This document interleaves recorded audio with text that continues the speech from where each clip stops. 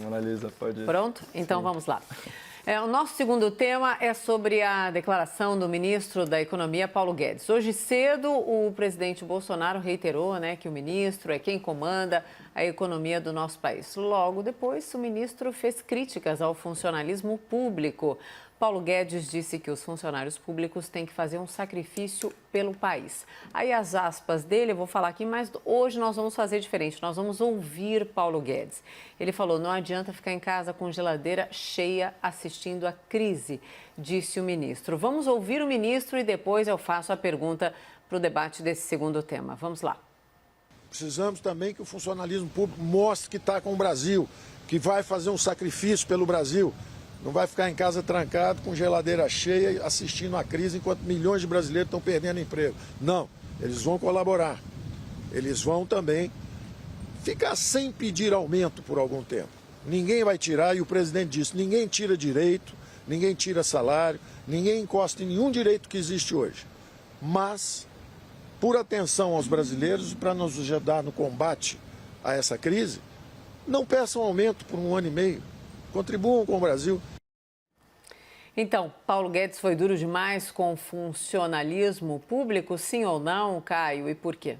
Eu acredito que não, mas eu prefiro dedicar esse comentário inicial aí à importante mensagem de união, entre Guedes e Bolsonaro. Foi providencial o endosso do presidente ao ministro da Economia, empenhando publicamente a sua palavra, ao afirmar hoje, na coletiva de imprensa, que o homem que decide a economia no Brasil é um só, Paulo Guedes. Foi uma fala muito simbólica, que reitera o compromisso da campanha eleitoral de 2018 de fomentar aí uma agenda mais liberal na economia, com ênfase na responsabilidade fiscal. Isso é fundamental para passar segurança ao mercado, ao setor produtivo, aos empresários, aos investidores, porque o déficit primário está estimado em mais de 400 bilhões de reais.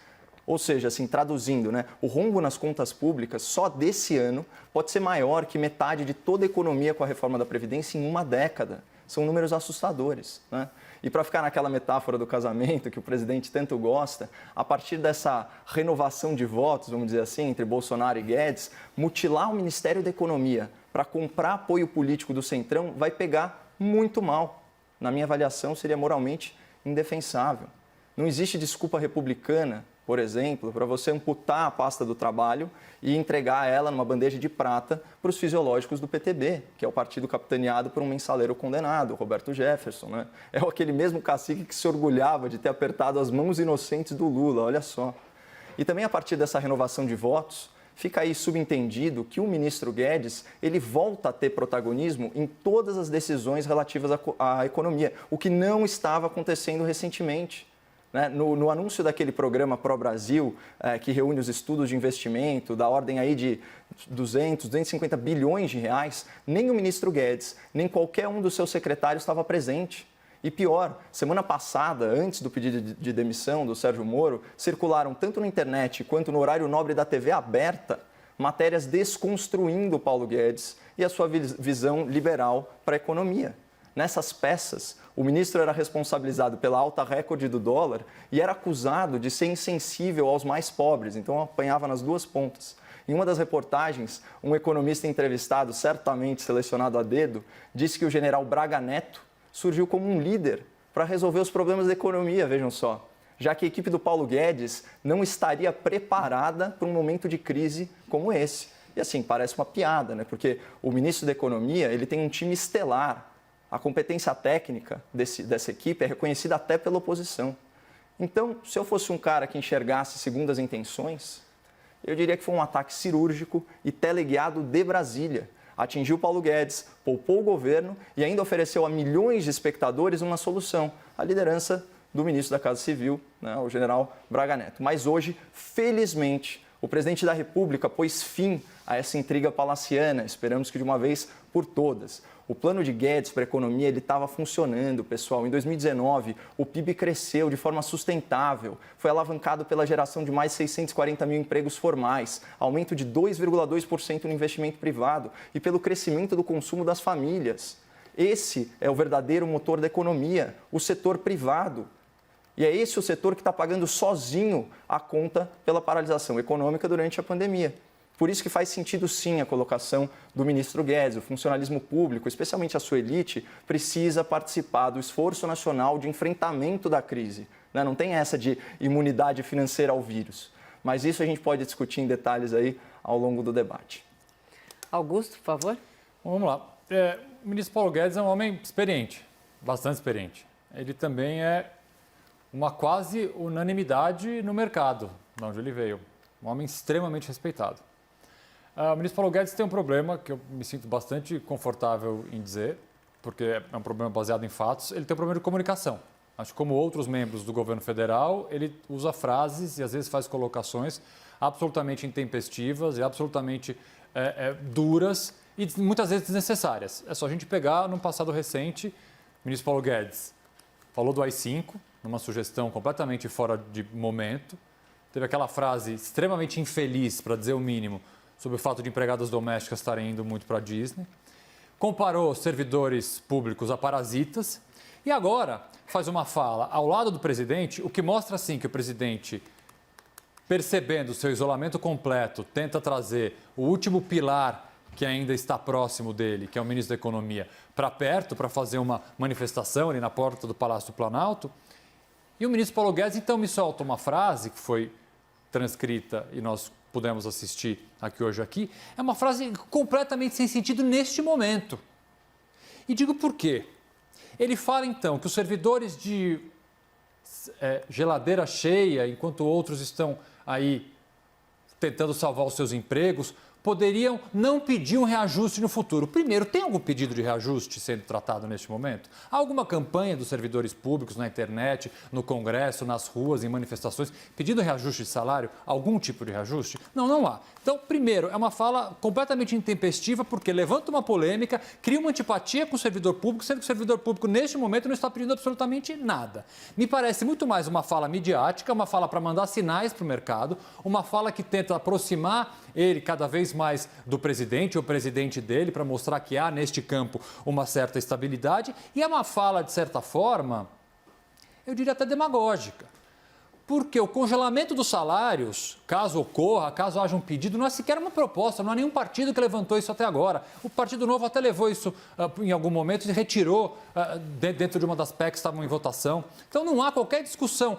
E assim, pode até ser que isso tente diminuir o rombo? Pode, mas há questões momentâneas muito mais importantes que a gente poderia estar fazendo, como, por exemplo, e eu reiteradas vezes falo aqui, garantir os R$600 para os mais vulneráveis. Notícias de hoje, Caixa Econômica de Recife tem um acampamento na porta da Caixa Econômica de Recife para as pessoas receberem dinheiro. No Maranhão, um erro do aplicativo fez com que centenas de trabalhadores não conseguissem. Aqui em São Paulo, em Sapopemba, 9 da manhã, tinha uma fila virando 2 quarteirões. Jardim Guatemi, 5 horas de fila. Em Belo Horizonte, foram entrevistadas várias trabalhadoras autônomas chorando porque não tinham dinheiro para comer. Então, o ministro Paulo Guedes, ao invés de ficar arrumando problema onde não tem, ele deveria focar no que já tem, que é garantir uma renda básica já aprovada para milhões de trabalhadores, esses sim os mais vulneráveis. Então, ao invés de ficar na porta do Planalto fazendo frases midiáticas como se ele estivesse em campanha, coisa que ele não está, ele devia ajudar os mais vulneráveis da forma como está previsto na própria decisão do governo federal. Augusto, quando você falou da questão da comunicação, eu não sei se você reparou, mas foi até um momento engraçado, quando ele começa a enveredar aí por essa seara perigosa, né, de mexer com o funcionalismo público, ele toma uma cutucada discreta, aí, um poke do presidente da República. Mas, enfim, voltando aí para falar de coisa séria, o destaque que você mencionou do Partido Novo, por uma questão de tamanho de bancada, pelo que eu conversei com os parlamentares, eles tiveram que optar entre 2 destaques para apresentar, né, para votação. Um era aquele que a gente já debateu aqui longamente, que era do fundão eleitoral e do fundão partidário, para reverter essas verbas, né, equivalentes a 3 bilhões de reais para o esforço de gasto contra a pandemia, né, da Covid-19, e o outro falava justamente na redução de salários da elite do funcionalismo público. Na verdade, ele já começava a ter um desconto a partir de salários na ordem de R$6 mil e progressivamente isso ia aumentando até aqueles salários nababescos, né, que de forma, a meu ver, inconstitucional, excedem, né, o teto da remuneração do funcionalismo, que hoje é de R$ 39 R$1.000. Eles acabaram fazendo uma opção simbólica pelo fundo eleitoral, o que, ao meu ver, do ponto de vista prático, até foi um erro, porque a economia, né, seria muito maior se tivesse sido aprovado, se eles tivessem escolhido isso. No final não fez a menor diferença, porque o Rodrigo Maia atropelou o regimento e não colocou esse texto de destaque em votação, né? Então agindo aí como um ditador em pleno parlamento. Mas enfim, só para fazer esse esclarecimento. E sobre a questão do Paulo Guedes, o presidente Bolsonaro, aqui em entrevista exclusiva à CNN, disse isso. Ele falou, olha, a proposta do nosso ministro da Economia é muito mais leve que a dos parlamentares. Ele fala em congelamento, né, do salário do funcionalismo público por 2 anos. Porque o que vai acontecer é que, graças a Deus, uma hora essa pandemia vai passar, né, a situação volta a se normalizar, só que as contas públicas vão estar muito machucadas. Então é natural que, nesse momento, né, volte ao normal e os servidores voltem a pedir aumento, como eles sempre fazem, como é direito deles. Se realmente o Palácio do Planalto e o Ministério da Economia desejam que haja o congelamento, eles que trabalhem para fazer isso por força de lei, porque contar com boa vontade de sindicato pelos próximos 2 anos é muita ingenuidade. O tempo está desigual, então, Augusto... Perdão, Mona Lisa.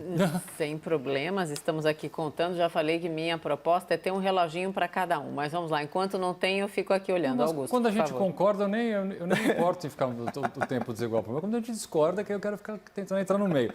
Mas eu vou voltar a um tema que já foi tratado aqui. Eu acho que isso realmente é mais uma concordância nossa.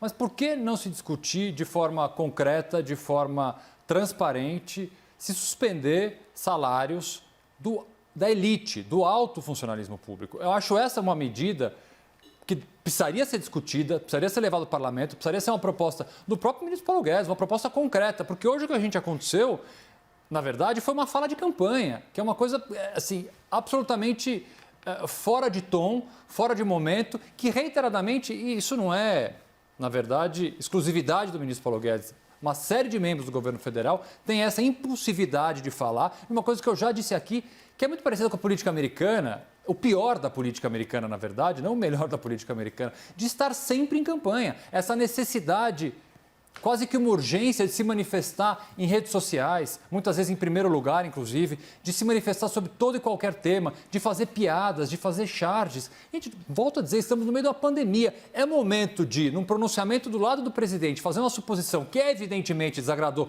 todo e qualquer servidor público, criou uma antipatia maior para quem já tinha chamado o servidor público de parasita. Chegar com uma proposta dessa, vocês têm que colaborar porque a geladeira de vocês está cheia.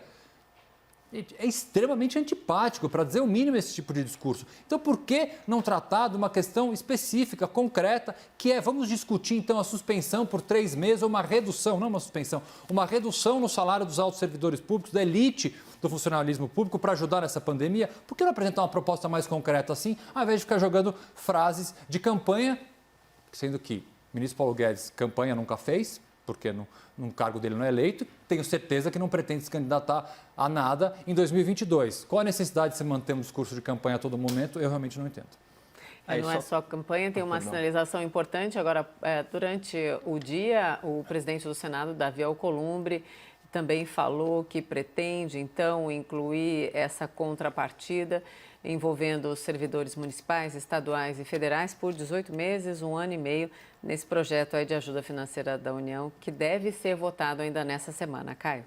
Fico muito feliz que o senador Davi Alcolumbre tenha resolvido sair da hibernação, né? Especialmente se for para compartilhar de forma mais justa, né, a conta pela pandemia. E aqui eu queria lembrar, né, que já tem medida provisória vigente, né, do governo federal destinada ao setor privado, que permite inclusive reduções na ordem de 70%, né, nos vencimentos dos salários do setor privado. Claro, isso é combinado com o seguro-desemprego, é temporário, são 3 faixas, né, de 70%, 50% e 25%. Eu peguei um dado aqui, publicado hoje, né, no jornal Folha de São Paulo, que diz que eventual redução de 25% nos salários do funcionalismo público no Brasil, isso falando de União, Estados e Municípios, por 3 meses, o que parece ser bem razoável. Vamos lembrar que a maioria desses servidores não está trabalhando, está quarentenada, né, em isolamento horizontal. E, obviamente, né, doutor Augusto, aqui a gente não está falando dos servidores nem da segurança pública, nem da saúde, né, antes que sejamos mal interpretados. Né? Isso daria uma economia de 36 bilhões e 800 milhões de reais.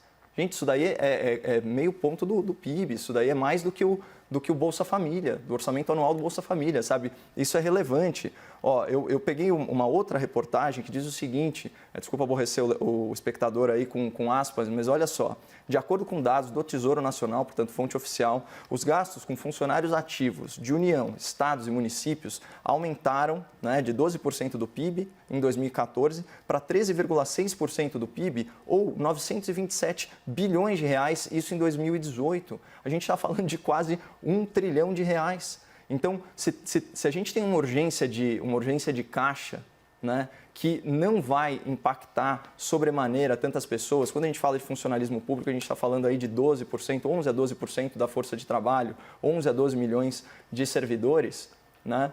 E na outra ponta você tem gente que perdeu toda a renda, né? Esses casos dramáticos aí que o doutor Augusto trouxe para a gente, de pessoas chorando na fila, isso é um drama. Então, eu acho de verdade que a gente tem que exercitar nossa empatia e distribuir o ônus dessa paralisação econômica. Agora, os argumentos finais. Augusto, por favor. Nós vamos atingir a marca, se é que já não atingimos, enquanto eu falo, de 3 milhões de infectados no mundo inteiro. No Brasil, os números não são muito melhores. O número de casos só aumenta, o número de mortos só aumenta. E pior, os indícios de que a subnotificação é cada vez maior ficam cada vez mais evidentes. O número de registro civil de pessoas mortas vem aumentando de forma completamente descontrolada, o que mostra que muitas mortes sem o diagnóstico de Covid-19 estão acontecendo muito provavelmente de pessoas infectadas. Eu digo isso por quê? Porque não há uma previsão de curto prazo para que a economia volte ao normal. Não há. Hoje o prefeito Bruno Covas aqui em São Paulo chegou a dizer que se o isolamento não parar de diminuir, e ele vem diminuindo, medidas mais drásticas terão que ser tomadas. Então a gente não está nem começando a falar em flexibilização das medidas de agora. Ele quis dizer medidas piores do que já estão aqui. O que eu estou falando, por quê? Porque o cenário é ruim. Então a gente precisa pensar neste momento em aspectos econômicos, volto a dizer, eu já disse isso várias vezes, em focar nos mais vulneráveis. É inadmissível que tenham pessoas ainda que estão passando fome, esse sim passando fome, sem sequer geladeira em casa, passando fome, porque não conseguem sacar esses R$600. O governo precisa focar nesse trabalhador, nesse mais vulnerável. Caio, seus argumentos finais têm 30 segundos por causa da divisão de tempo, por favor. Vou ter que mandar só um beijo para minha mãe, se for assim, é muito pouco tempo. Vamos lá, já comeu mais 5. Não, então. Bom, eu só queria chamar a atenção que nesse cenário de crise, né, uma coisa que eu percebi, seja pelo silêncio do senhor Rodrigo Maia, o Davi Alcolumbre, de algumas lideranças aí da República, é que a autooctanagem bateu todos os recordes e as sucessivas crises, elas chegaram num ponto de estresse absoluto. Eu percebo, talvez por ser otimista, que as lideranças do país finalmente estão arrefecendo os ânimos e com uma postura muito mais pragmática em relação às soluções que a gente precisa fazer, porque acabou a hora de política, é a hora de solução. E Rodrigo Maia falou hoje, depois de 10 dias mais, pode ser assunto para os próximos dias, a gente fala depois. Obrigada, Augusto. Obrigado, Dona Lisa. Obrigada, Caio. Boa noite para vocês.